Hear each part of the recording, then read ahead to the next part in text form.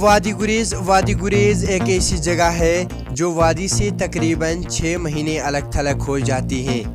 वादी गुरेज में मौसम सरमा के दौरान ज़्यादातर बर्फबारी होती है, जिसमें कम अज़ कम 5 से 6 फुट तक बर्फ़ जमा होती है। जी हाँ, हम बात करते हैं बांडीपुरा डिस्ट्रिक्ट की गुरेज तुलेल की, जहां पर मौसम सरमा के दौरान 4 से 5 फीट तक बर्फ़ जमा होता है और मुकामी लोग 6 महीने वादी से अलग थलग रह जाते हैं। जम्मू कश्मीर का एक खूबसूरत नज़ारा वादी गुरेज 2018 में वादी गुरेज को बेस्ट टूरिस्ट डेस्टिनेशन अवार्ड दे दिया गया।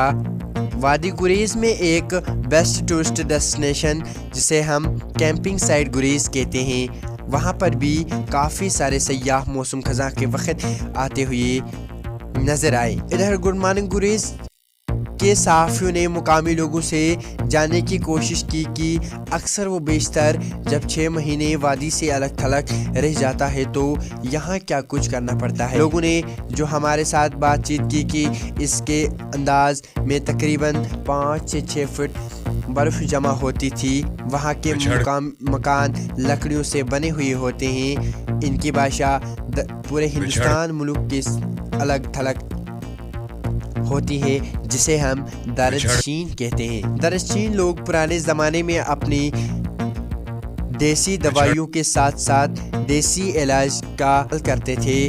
वही हमने तुलेल से जुड़ी हर एक टूरिस्ट डेस्टिनेशन की बात की। जैसे एक और टूरिस्ट डेस्टिनेशन जिसे हम गाडसर, सतसर, जोडारा के नाम से जाने जाते हैं।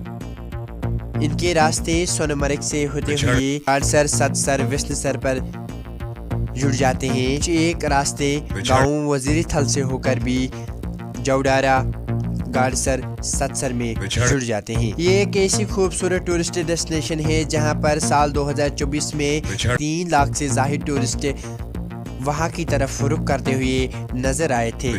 साथ ही साथ मुकामी लोगों ने कहा कि यहाँ कुछ मुश्किलातें भी हैं, जैसे अस्पतालों में डॉक्टर्स न होने की वजह से मरीज परेशान, स्कूलों में उस्ताज़ा किराम न होने की वजह से तालिब इल्म परेशान होने की वजह से मकामी लोगों को वादी में जाने के लिए काफ़ी सारी मुश्किलातों का सामना कहीं मुश्किलातें हैं।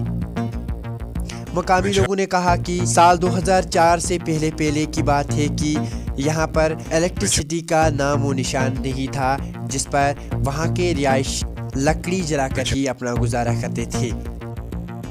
गुड मॉर्निंग गुरेज से बात करते हुए मुकामी लोगों ने कहा कि अब 2004 से जनसेट्स के जरिए वहाँ पर पावर दिया जाता है। यहाँ ये बात काबिल जिक्र है कि साल 2024 दावर गुरेज में हाइड्रो पावर भी चलता हुआ नजर आता है। अब रिहायशियों ने कहा कि धीरे धीरे हमारी सारी दीरीना मांगों को एडमिनिस्ट्रेशन पूरा करने जाती है। ये थी गुड मॉर्निंग गुरेज वेब डेस्क की आज की खुसूसी रिपोर्ट।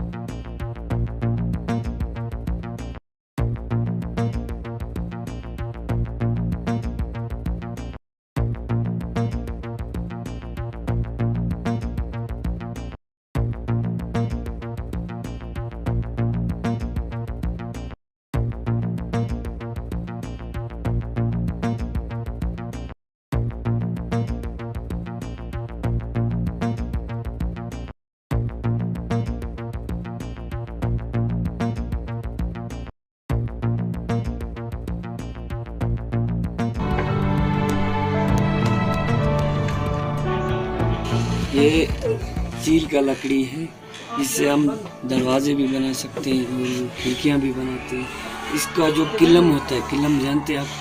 किलम किलम जो ज़्यादा लकड़ी पे लगता है, वो पुराने ज़माने के लोग उसी में गुजारा करते थे, क्योंकि लाइट थी नहीं और मिट्टी का तेल भी यहाँ नहीं मिलता था, उसी में गुजारा करते थे, जलाते थे। इस तरह एक पट्टी बनाते थे और यहाँ पे एक बाहर सुराख रखते थे, जिससे उसका धुआं बाहर निकल जाता था। इस इलाके में दो तीन बार अर्थक्वेक आती है महीने में, तो हमने ऐसे मकान बनाया है क्योंकि यह अर्थक्वेक की वजह से नहीं गिर सकती। पहले एक रख दिया नीचे, इसके ऊपर और एक इस तरह बिछाते हैं, थोड़ा इसको इस तरह नीचे करते हैं ना, बाद में इसके ऊपर और एक रखते हैं, इसीलिए नहीं गिरता है। सर इससे बारिश जो है, बारिश नहीं अंदर नहीं आती सर। ऊपर हम ये पहले हमारा नीचे का ज़मीन का ये सर, हम जमीन बेड ये सर, तो ऊपर इसके ऊपर हम ये इसे लगाते हैं ये लकड़ी, क्योंकि यहाँ इसका ये लगा हुआ ना सर, थोड़ा यहाँ से निकाला हुआ है, इसका भी और इसका भी, इन दोनों का निकाला होता है, इसका भी निकाला होता है। तो जब ये उसके बीच में जाता है तो घूमने से उसको रोकता है, ये बंद होता है सर।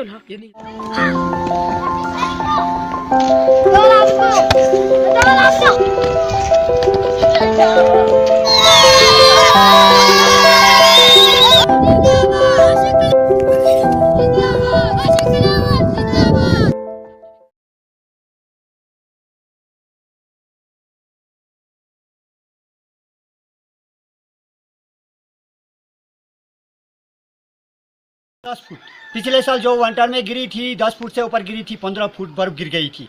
हमने यहाँ बर्फ का पानी इस्तेमाल करके बर्फ का पानी खाया। कम से कम हमें एक महीना हमारे जानवर जो इंसान है घर के अंदर ही रहे, बर्फ खाया हमने। तो वो प्रॉब्लम जो थी हमने हमारी कौन हल करता था, लेकिन हमने वो विंटर निकाल दिया 10-15 फुट बर्फ पड़ने से। तो यहाँ हमारी चकबहार में मस्जिद भी शहीद। बुखारी लगाकर बूढ़े लोग बुखारी के इर्द गिर्द बैठते हैं। दूसरा सवाल, हमें 40 रोज़ का हमें सर्दी का पूरा अरेंजमेंट करना पड़ता है। ये 40 रोज़ जब सूरज वापस होती है फिर आस्ते आस्ते गर्मी होती है, ताकि हमें समझो यहाँ 4 महीने तो हम मुश्किल से ज़िंदगी गुजारते हैं। तो हमारे पास यहाँ बेरोज़गारी है, बच्चे हैं बेरोज़गार हैं, नौजवान है बेरोज़गार है। तो यहाँ पे बर्फ़ गिरती है, यहाँ पे ना कोई आता है। तकरीबन मई 25 को हमारा रोड खुलता है यहाँ से। तो यहाँ पे पावर की भी प्रॉब्लम, टावर की भी प्रॉब्लम है, ना पानी हमारे को, इसलिए यहाँ पे ना कोई आता है ना कोई देखता है, ना हमारा किसी को पता है कि लोग यहाँ पे रहते हैं। यहाँ भी इतना ज़्यादा हमारे को फसल भी नहीं होता है, यहाँ बस खाली गुंदुम और ये आलू उगता है।